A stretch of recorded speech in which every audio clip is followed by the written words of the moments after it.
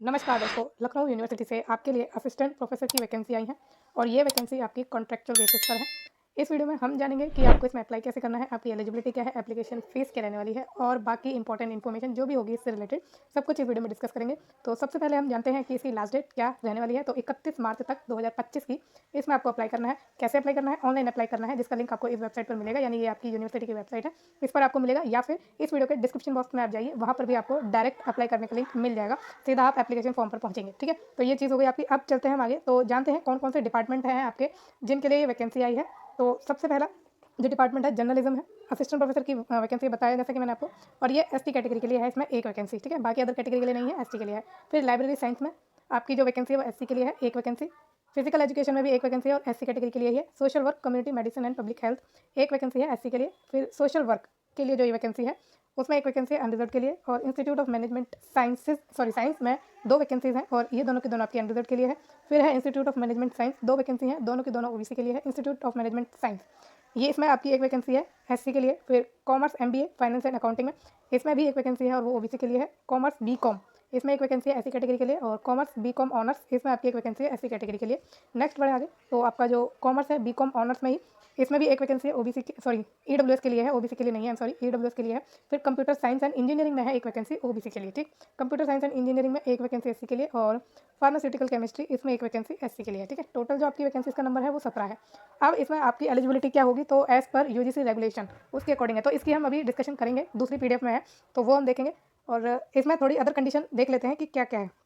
Application fees है तो 1500 रुपये देनी है फ़ीस, और ये फीस देनी है अनरिजर्व ओबीसी ईडब्ल्यूएस कैंडिडेट्स को, और 1200 रुपये फीस देनी है एससी एसटी कैंडिडेट्स को। ठीक है, जनरल इंस्ट्रक्शन इन्होंने कुछ दी है, तो इसमें कुछ अगर इंपॉर्टेंट है तो वो हम देख लेते हैं। तो अगर आप एक से ज़्यादा फॉर्म भरना चाहते हैं तो उसके लिए आपको अलग फॉर्म भरना होगा। ठीक है, और आपको जब इंटरव्यू की कॉल आएगी तो उस वक्त आपको हार्ड कॉपी, सॉरी मतलब आपको अपने ओरिजिनल सर्टिफिकेट लेके जाने हैं और साथ में एक आपने ओरिजिनल सर्टिफिकेट की फोटोकॉपी निकाल के उनका सेट बना लेना, तो वो आप लेके जाना। ठीक है, बाकी इसमें जो सिलेक्शन प्रोसेस है उसका कुछ कह नहीं सकते, क्योंकि मैंने इसका सर्च बहुत किया कि कैसे सिलेक्शन होगा, कहीं पर ऐसा मुझे मिला नहीं है डॉक्यूमेंट। तो या तो इसमें ये आपका रिटन टेस्ट ले सकते हैं या इंटरव्यू ले सकते हैं या दोनों ले सकते हैं, नंबर ऑफ एप्लीकेशन पर डिपेंड करेगा। ठीक है, ज़्यादातर जो असिस्टेंट प्रोफेसर के लिए सिलेक्शन की बात होती है वहाँ पर इंटरव्यू ही लिया जाता है, रिटन टेस्ट की बहुत ही कम गुंजाइश रहती है। ठीक है, तो इंटरव्यू आप मान लीजिए हो सकता है, बाकी अगर कोई नोटिफिकेशन आता है तो उसकी अपडेट आपको मिल जाएगी इसी चैनल पर, और या फिर मेरे सोशल मीडिया हैंडल्स पर भी आपको मिल जाएगी सारी अपडेट्स। फिर जो एम्प्लॉयड है करंटली उनको नो ऑब्जेक्शन सर्टिफिकेट भी लेके जाना है। ठीक है, अब ये चीज़ हो गई आपकी जो भी थी इंपॉर्टेंट इस डॉक्यूमेंट में डिस्कस कर लिया। अब एलिजिबिलिटी पर चलते हैं जो हमारा फाइनल डिस्कशन होने वाला है। ठीक है, तो ये है वो डॉक्यूमेंट जो यूनिवर्सिटी की रेगुलेशन के अकॉर्डिंग है, जो असिस्टेंट प्रोफेसर की एलिजिबिलिटी, ये वो आपका नोटिफिकेशन है। ठीक है, तो जो भी discipline arts commerce humanity social sciences और साइंसेज से हैं उनके लिए एलिजिबिलिटी ए या बी होना ज़रूरी है, या तो उनके पास एलिजिबिलिटी ए हो या फिर एलिजिबिलिटी उनके पास बी होनी कंपलसरी है। ठीक है, दोनों में से एक होना कंपलसरी है। तो सबसे पहले हम ए की बात करेंगे कि ए में आपको एलिजिबिलिटी क्या चाहिए। ठीक है, मास्टर डिग्री अगर आपके पास है 55% मार्क्स के साथ आपके कंसर्न रेलिवेंट और अलाइड सब्जेक्ट में, या फिर अगर आपके मार्क्स नहीं है ग्रेड पॉइंट है तो वो 55% के इक्वल होना चाहिए। ठीक है, तो ये आपकी परसेंटेज की रिक्वायरमेंट है मास्टर डिग्री के लेवल पर, और ये equivalent university, sorry recognised university या इंस्टीट्यूट से होना चाहिए। फिर इसी में ए में ही दूसरी है कि आपके पास नेट होना चाहिए, नेशनल एलिजिबिलिटी टेस्ट होना चाहिए आपके कंसर्न रेलिवेंट और अलाइड सब्जेक्ट में ही, जिसमें आपने मास्टर डिग्री की है उसी में आपका नेट भी होना चाहिए। ठीक है, ये आपकी हो गई।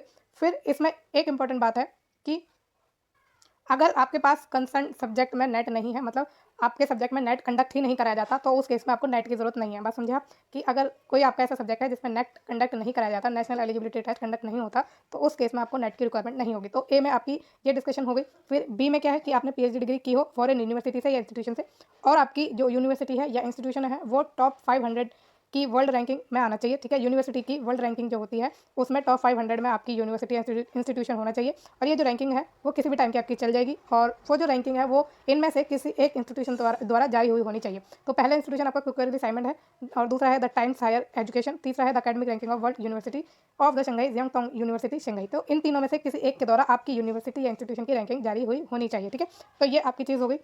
अब आपने अगर नेट किया है और उसके साथ पीएचडी डिग्री है तब तो आप आराम से अप्लाई कर सकते हैं, बट अगर ओनली पीएचडी डिग्री है तो आपको नेट की भी ज़रूरत नहीं है। ठीक है, ओनली पीएचडी डिग्री वाले भी इसमें अप्लाई कर सकते हैं, बट इसमें थोड़ी कंडीशन अप्लाई रहती हैं। अब कौन कौन सी कंडीशन है वो हम देख लेते हैं।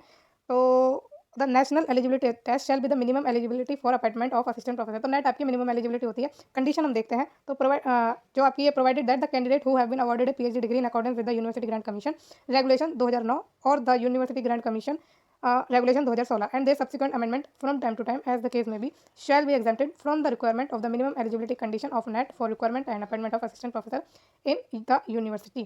तो आपने अगर पीएचडी डिग्री की है वो आपकी 2009 और 2016 के रेगुलेशन के अकॉर्डिंग है, तो आपको जो है उसमें नेट से छूट मिल जाएगी। यहाँ पे एक शर्त आपको दी गई है कि award of the degree to candidate registered for MPhil या PhD program prior to July 11, 2009 shall be governed by the provision of the then existing ordinance, bylaw या regulation of the institution awarding the degree। तो आपने अगर 11 जुलाई 2009 से पहले का registration आपका है पीएचडी डिग्री में और तब के लॉ के अकॉर्डिंग और ऑर्डिनेंस के अकॉर्डिंग या रेगुलेशन के अकॉर्डिंग आपकी डिग्री है, तो आपको जो है इसमें छूट मिल जाएगी नेट में, ठीक है। All such candidate shall be exempted from the requirement of the NET for recruitment and appointment of assistant professor in the colleges subject to fulfilment of following condition. तो इसमें कुछ कंडीशन है, आपकी पीएचडी डिग्री रेगुलर मोड से होनी चाहिए और जो आपने पीएचडी थीसिस की हो वो आपकी अवार्ड होनी चाहिए कम से कम 2 एक्सटर्नल एग्जामिनर द्वारा और an open PhD viva voce आपको होना चाहिए, ठीक है।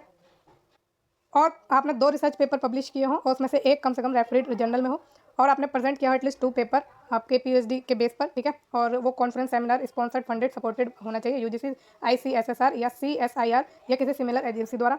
तो ये आपकी कंडीशन है जो आपको फुलफिल करनी है, ठीक है। तो ये आपकी इंपॉर्टेंट चीज़ें हैं। पीएचडी वाले कैंडिडेट को छूट मिल जाएगी, उनकी रेगुलेशन होनी चाहिए 2009 और 2016 के अकॉर्डिंग, ठीक है। किसी भी मतलब किसी भी रेगुलेशन के अकॉर्डिंग, चाहे वो 2009 का हो या 2016 का हो। और आपकी जो पीएचडी डिग्री हो 11 जुलाई 2009 से पहले की रजिस्ट्रेशन उसमें होना चाहिए और तब के लॉ के अकॉर्डिंग आपकी उसमें चीज़ें रहनी चाहिए, मतलब फॉलो करना चाहिए।